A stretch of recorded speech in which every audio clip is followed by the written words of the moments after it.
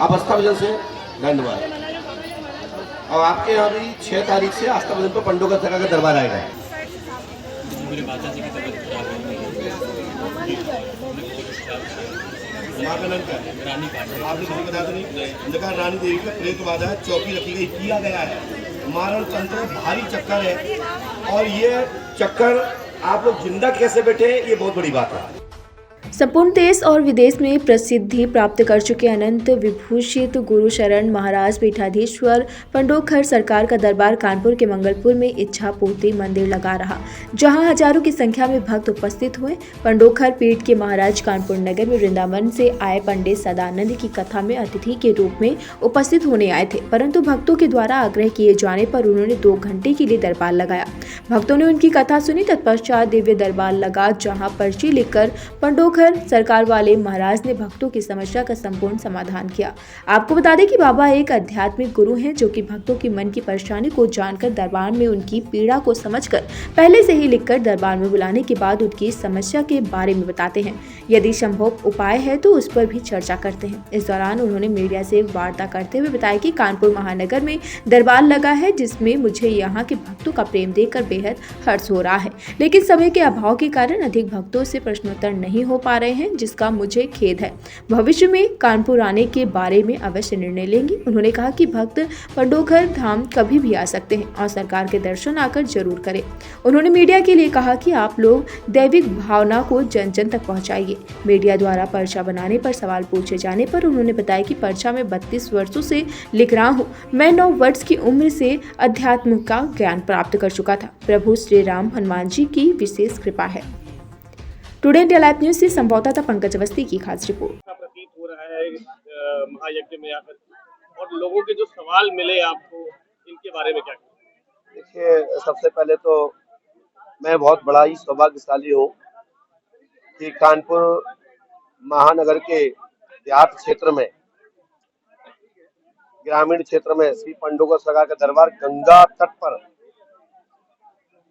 लगा और भक्त लोग यहाँ आकर के दैहिक, दैविक, भौतिक, ताप, संकट इत्यादियों के लौकिक प्रश्न रखे।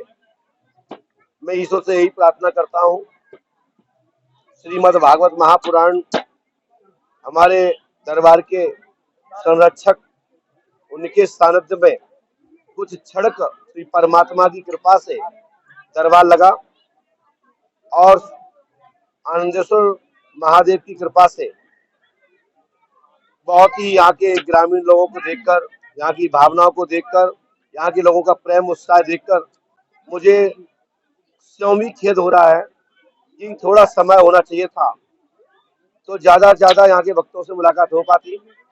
भविष्य में यदि परमात्मा की कृपा रही और भक्तों की पुकार रही तो मैं एक बार पुनः कानपुर महानगर के भक्तों के लिए, क्षेत्रवासियों के लिए समय दूंगा।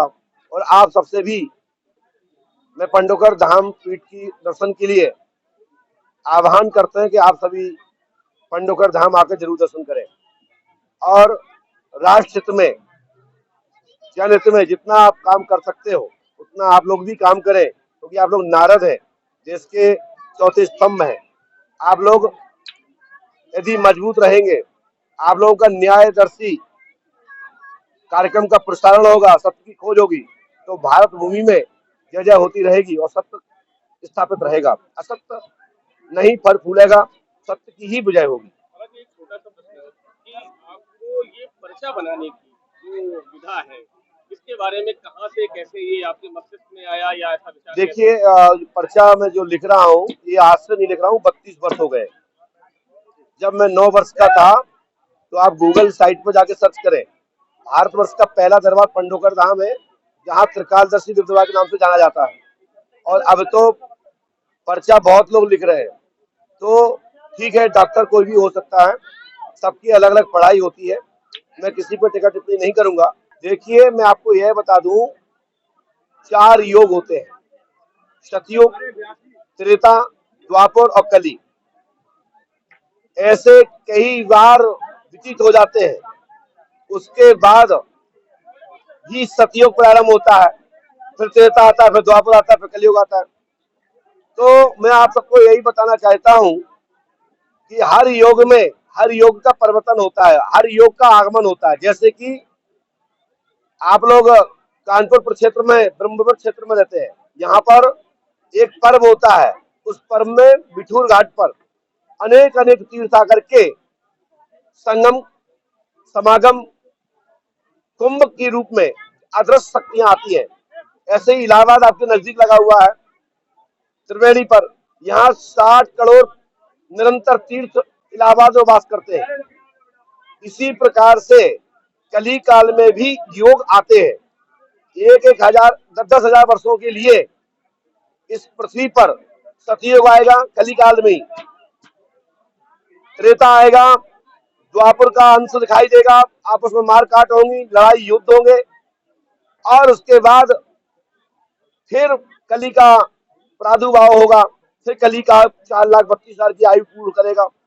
तो इस समय सतयुग का प्रभाव है, इसलिए जगह जगह मंदिर निर्माण हो रहे हैं, जगह जगह यज्ञ हो रहे हैं, गली गली भागवत हो रही है, जगह जगह संत आ रहे हैं।